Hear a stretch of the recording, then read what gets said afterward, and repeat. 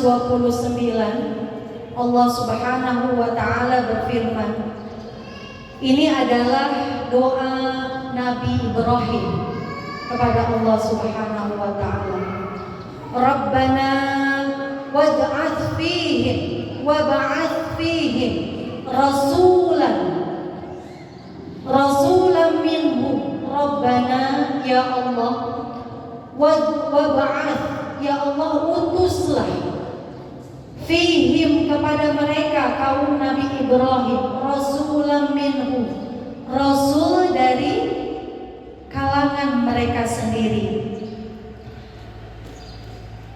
yatlu alaihim ayatika, yang akan membacakan kepada mereka ayat-ayat Engkau, wa yu'allimuhumul kitab, dan yang akan mengajarkan Alkitab, dan yang terakhir adalah wa yuzakkihim, dan yang akan mensucikan mereka. Jadi doa Nabi Ibrahim kepada Allah Subhanahu wa taala ketika Nabi Ibrahim belum diutus menjadi nabi dan rasul adalah permintaan Nabi Ibrahim untuk menurunkan seorang nabi dan rasul yang akan mengajarkan apa tadi pertama? Yatlu alaihim ayatik, yang akan membacakan ayat-ayatmu, wa yu'allimuhumul kitab, dan yang akan mengajarkan isi kandungan kitabmu, wa yuzakkihim, dan yang mensucikan mereka. Jadi umat semua, tazkiyatun nafs atau mensucikan jiwa itu tidak bisa dipisahkan dari ilmu yang wajib kita pelajari sebagai seorang muslim. Bunda-bunda mungkin sering merasakan di dalam hati kita banyak sekali penyakit-penyakit diri kita yang selama ini kita tidak sadari tumbuh subur dalam hati kita, kemudian kita pelihara. Misalnya apa, Bunda? Penyakit hati, iri, apalagi dengki, terus sombong, apalagi ria, takabur, tumah, ya, keras hati. Banyak sekali penyakit-penyakit hati yang selama ini kita pelihara, yang sebenarnya ini harusnya dibersihkan dalam hati-hati kita.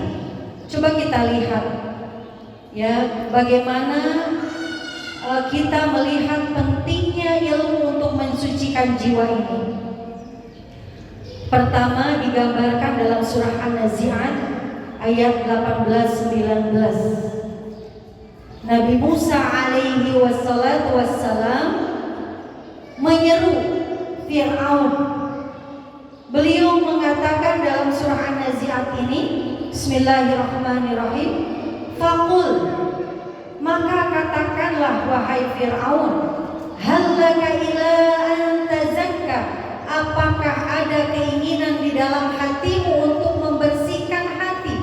Kenapa Fir'aun, Nabi Musa minta Fir'aun untuk membersihkan hati?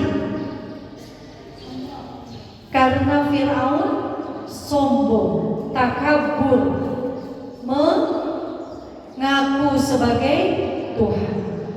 Lalu dilanjutkan dengan ayat yang selanjutnya, wa ahdiyaka ila rabbika fatakhsha, supaya dengan kebersihan hatimu tersebut, wa ahdiyaka, bisa memberikan hidayah kepadamu. Jadi Bunda, kalau Bunda ingin dirinya diberikan hidayah yang besar oleh Allah Subhanahu wa taala, ingin dijadikan sebagai orang-orang yang bertakwa, maka PR-nya yang pertama adalah apa tadi? Mensucikan hati. Kemudian diakhiri dengan fatakhsha, sehingga kamu akan merasa takut kepada Allah Subhanahu wa taala. Karena Fir'aun ini hatinya dipenuhi dengan rasa sombong, maka dia tidak hanya beriman kepada Allah Subhanahu wa taala, tetapi juga mengaku sebagai Tuhan. Kenapa dia bisa melakukan hal tersebut? Karena dia tidak takut kepada Allah Subhanahu wa taala. Maka ummahat, kalau dalam hati kita masih banyak penyakit-penyakit hati yang tadi sudah kita sebutkan satu persatu, ciri-cirinya Bunda bisa lihat pada hati-hati kita masing-masing. Apakah kita masih merasakan perasaan-perasaan yang tadi kita sebutkan? Maka kalau masih banyak penyakit hati di dalam hati kita, akan menutup hidayah, akan membuat hidayah yang harusnya datang kepada kita dengan maksimal akhirnya akan tertutup karena penyakit-penyakit hati kita. Misalnya, Bunda, kita sudah memberikan fasilitas di sini untuk belajar tahsin. Bunda di dalam hatinya masih ada rasa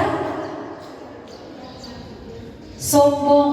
Afwan, sombongnya gimana? Saya sudah pernah belajar tajwid mah dari dulu udah pernah belajar. Saya sudah bisa. Ya, belum tentu itu pelajarannya pasti sama aja. Padahal kita belum tahu apakah pelajaran tahsin ini sama atau tidak.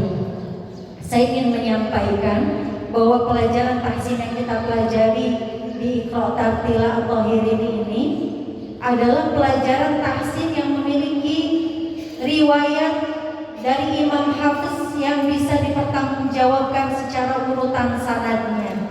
Jadi insya Allah Bunda jangan khawatir belajar di kita pertanggungjawabannya, karena kita belajar dari kitab-kitab karya para imam yang bersambung langsung kepada Rasulullah Sallallahu Alaihi Wasallam. Karena rasa sombong, mungkin karena ada rasa gengsi, malu. Gengsi membuat kita malu. Malu, ngapain, saya kan udah pernah belajar. Akhirnya menghalangi hidayah yang hadir kepada kita untuk menambah ilmu. Jangan sampai ada rasa tadi kesombongan atau dengki dan sebagainya yang menghalangi kita dari hidayah Allah Subhanahu wa taala. Dalam surat Asy-Syams bahkan Allah menyampaikan, Bismillahirrahmanirrahim, qad aflaha man tazakka. Kata Allah, sesungguhnya aflaha, itu adalah superlatif Bunda. Kalau dalam bahasa Indonesia artinya paling. Artinya aflaha itu apa? Orang yang paling beruntung. Aflaha man tazakka, yaitu orang-orang yang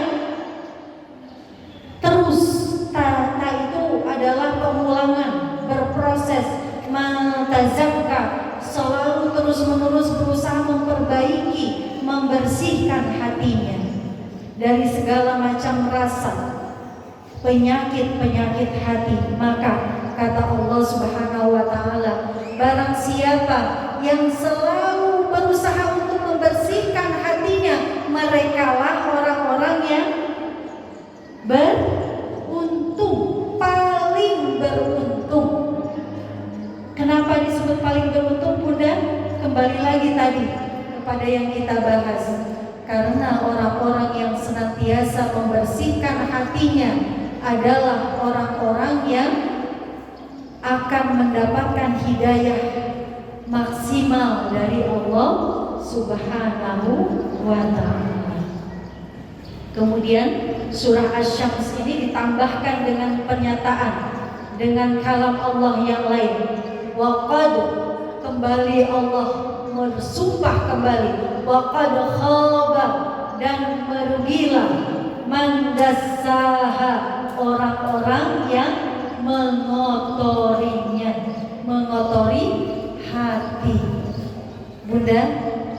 Bunda harus menjadi dokter Bagi siapa? Bagi diri-diri bunda sekalian. Coba lihat di dalam hati kita, apakah ketika tetangga kita punya sesuatu yang baru kita merasa terganggu atau tidak? Apakah ketika kita melihat teman kita lebih baik materinya, apakah kita merasa terganggu atau tidak? Ada perasaan iri. Kalau ada, berarti hati kita kotor.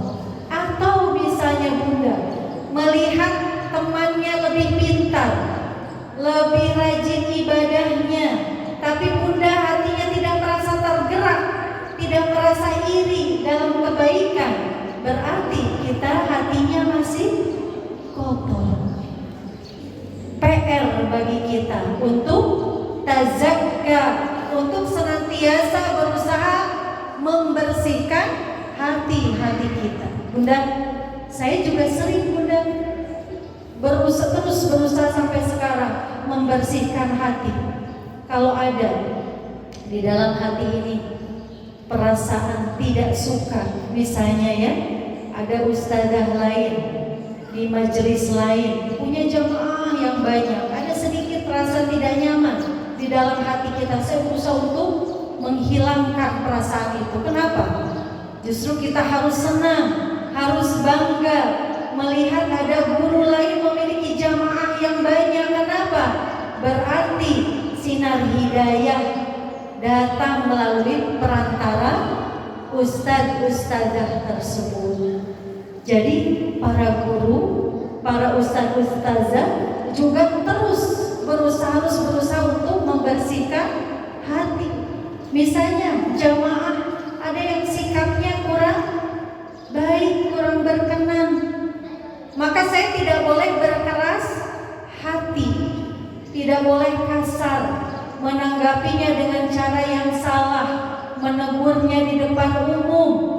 Kalau saya melakukan itu, maka insya Allah para jamaah tidak akan nyaman di hadapan belajar dengan saya. Karena ini sudah disampaikan di dalam Al-Quran. Bismillahirrahmanirrahim. Fabima rahmatin minallah, dan karena rahmat dari Allah lah, lintalahum, kalian berlemah lembut kepada mereka, kepada umat. Walau kunta faddan ghalidhal qalbi, kalau saja engkau berkeras hati kepada mereka, lan faddu min haulik, maka mereka akan pergi meninggalkanmu. Jadi Rasulullah SAW sendiri sudah mencontohkan bagaimana menyikapi umat, menyikapi jamaah, betapa lembutnya beliau, betapa santunnya beliau, betapa pemaafnya beliau. Maka kami pun PR bagi para guru adalah harus berlemah lembut kepada jamaah. Ya, ini Masya Allah PR juga kepada jamaah semuanya, harus memahami adab-adab di dalam belajar dan dalam ta'lim, supaya kita semua mendapatkan barokah di dalam belajar. Contoh misalnya bunda, ketika belajar hadir di majelis, kita harus fokus hati, fokus diri, fokus pikiran, karena itu adalah salah satu adab kita dalam belajar. Tidak membuat majelis di dalam majelis. Kalau ada guru yang bicara di depan, maka ummahat semua tidak boleh berbicara sendiri, ya, ngobrol, main handphone. Nah, berarti kita tidak fokus dalam hadir di majelis ilmu. Kenapa harus fokus di dalam majelis ilmu? Karena adab kita akan mempengaruhi keberkahan ilmu yang akan kita dapatkan. Jauh-jauh kita datang ke sini, kita ingin mencari ilmu. Bagaimana caranya supaya ilmu itu kita bisa dapatkan dengan maksimal? Yaitu Itu salah satunya dengan menjaga adab kita dalam belajar. Maka kalau Bunda misalnya ikut ta'lim di luar sana, masih banyak yang membuat ta'lim di dalam ta'lim, ada majelis di dalam majelis, maka kita harus saling mengingatkan, ngobrolnya disimpan dulu. Tujuannya apa tadi Bunda? Supaya kita mendapatkan keberkahan. Berkah itu artinya kita akan mendapatkan manfaat yang maksimal, ziyadatul khair, kita mendapatkan hidayah, mendapatkan petunjuk dari Allah, mendapatkan inayah dari Allah, insya Allah. Baik, kita lanjutkan Bunda. Jadi pentingnya tazkiyatun nafs adalah tadi apa Bunda? Kita insya Allah akan dijadikan oleh Allah Subhanahu wa Ta'ala sebagai orang yang paling beruntung. Kata siapa paling beruntungnya? Kata Allah. Bunda mau dijadikan orang-orang paling beruntung oleh Allah? Tentu sangat mau. Maka salah satu caranya adalah dengan senantiasa membersihkan hati. Susah tidak Bun? Membersihkan hati susah? Susah, luar biasa susahnya. Ada saja waswis fi sudurin nas minal jinnati wan nas, dari jin dan manusia. Manusia saja Bun sudah kita bahas ya 2 minggu yang lalu, bagaimana manusia pun bisa jadi setan, pengganggu yang membisikkan, yang mengajak kepada keburukan. Yang paling bahaya sebenarnya Bun adalah yuwaswis fi sudurin nas, yang datang dari hati-hati kita sendiri. Itu yang paling bahaya. Karenanya Bunda bisa lihat dalam surah An-Nas, kita diperintahkan oleh Allah untuk berlindung kepada Allah 3 kali, untuk berlindung dari waswis fi sudurin nas. Pertama adalah qul a'udzu bi rabbin nas, katakanlah aku berlindung kepada Rabb manusia, Tuhan pencipta kita, Tuhan pemelihara kita, Tuhan pemberi rezeki kita. Tidak cukup di situ, Allah memerintahkan kepada kita untuk berlindung kepada siapa lagi? Ilahin nas. Allah memerintahkan kita berlindung kepada Allah dengan berbagai sifatnya Allah. Allah sebagai Rabb kita, Ilahin nas. Siapa Ilahin nas? Sembahan kita, zat yang selama ini kita tunduk patuh kepadanya. Kemudian yang ketiga adalah Malikin nas, kepada Allah, dialah yang menguasai diri kita. Jadi kita berlindung kepada Allah dengan 3 asma'nya, dengan 3 sifatnya, Rabbin nas, Ilahin nas, Malikin nas. Saking jahatnya yuwaswis fi sudurin nas, bisikan-bisikan di dalam hati kita yang mengajak kita senantiasa dalam keburukan. Kita kan sering berbicara dengan hati kita ya.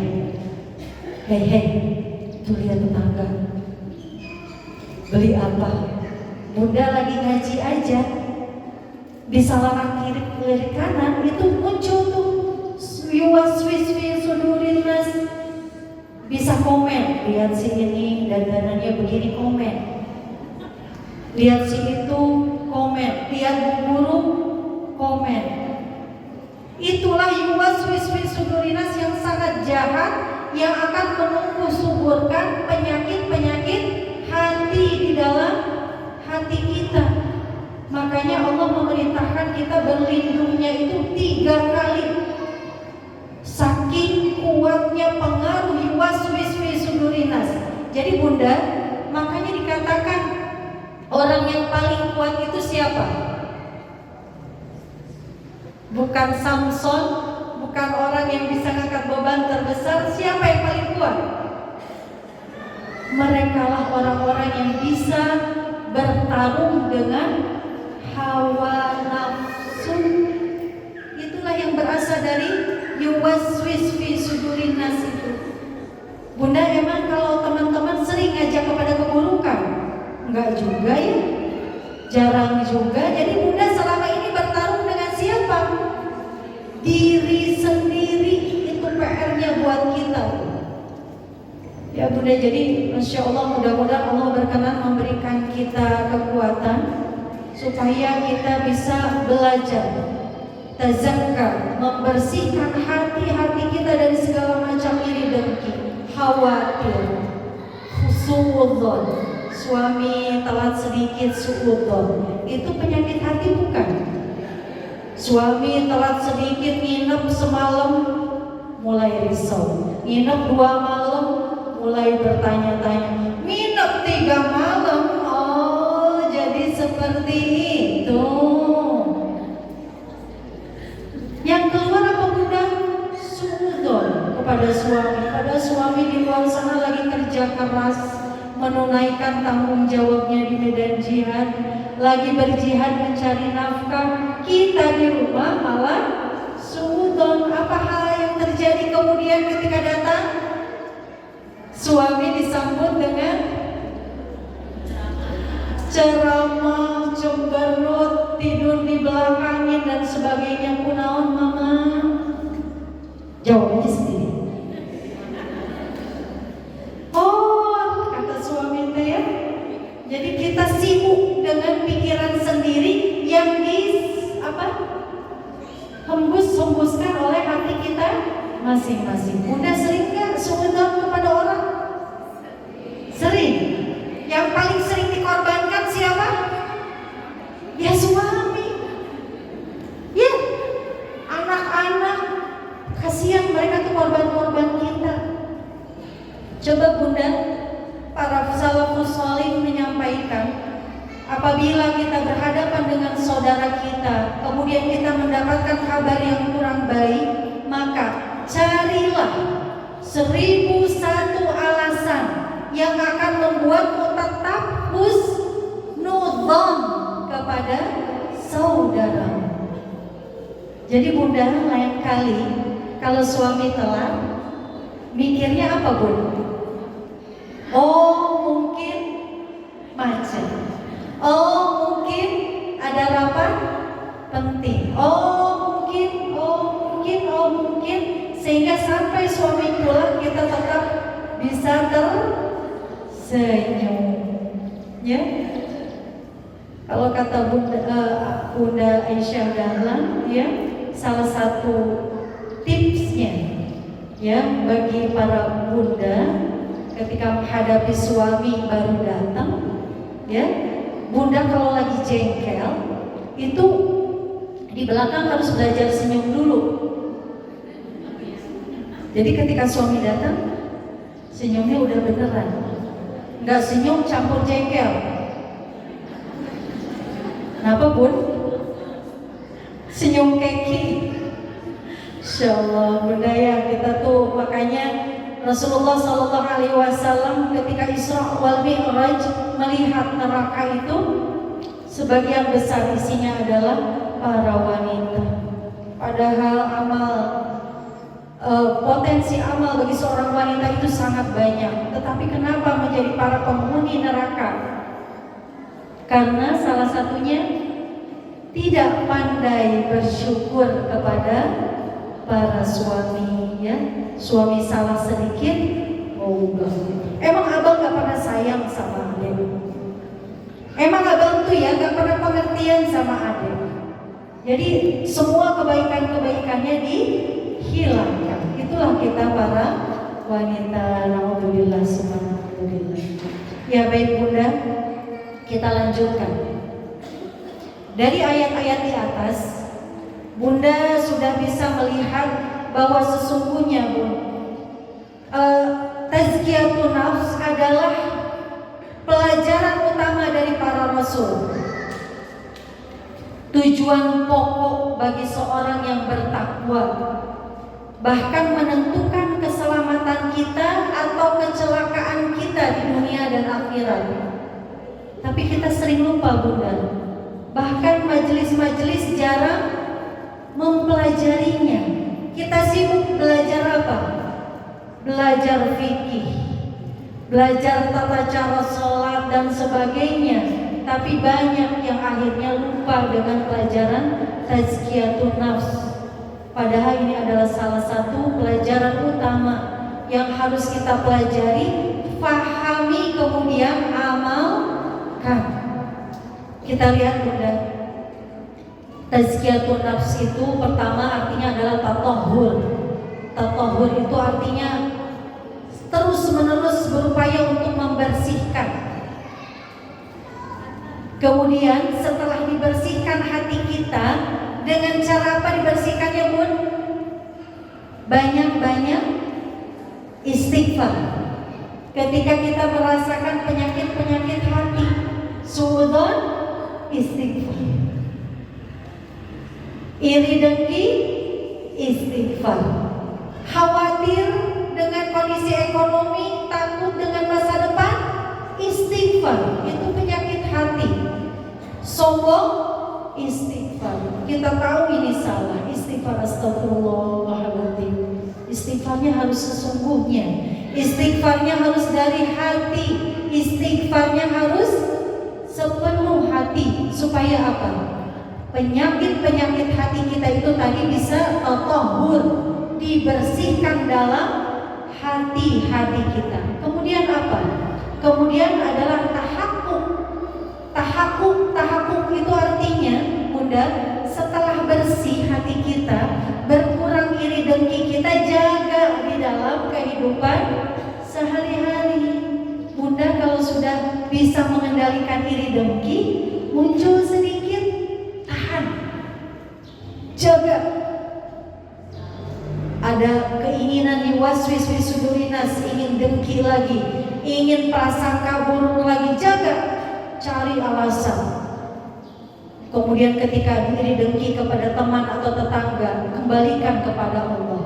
Allah yang maha memberikan rezeki, Allah yang memberikan rezeki terbaik, Allah yang maha mengetahui takdir terbaik untukku. Aku ikhlas ridho dengan keadaanku ini. Keadaanku ini adalah takdir yang terbaik menurut Allah. Maka pergilah rasa iri dan dengki. Nyaman hati Bunda kalau hati bisa terhindar dari berbagai macam penyakit hati. Bunda, yang bikin sakit mah apa? Sakit lambung kita kambuh, iri, dengki, marah, khawatir, ya, itu adalah penyakit-penyakit yang hati yang membuat kita berpenyakit badan. Jadi Bunda yang berpenyakit jasad, ya, PR-nya adalah bersihkan hati. Insya Allah sehat Bunda, insya Allah sehat. Jadi kita kalau yang sering sakit harus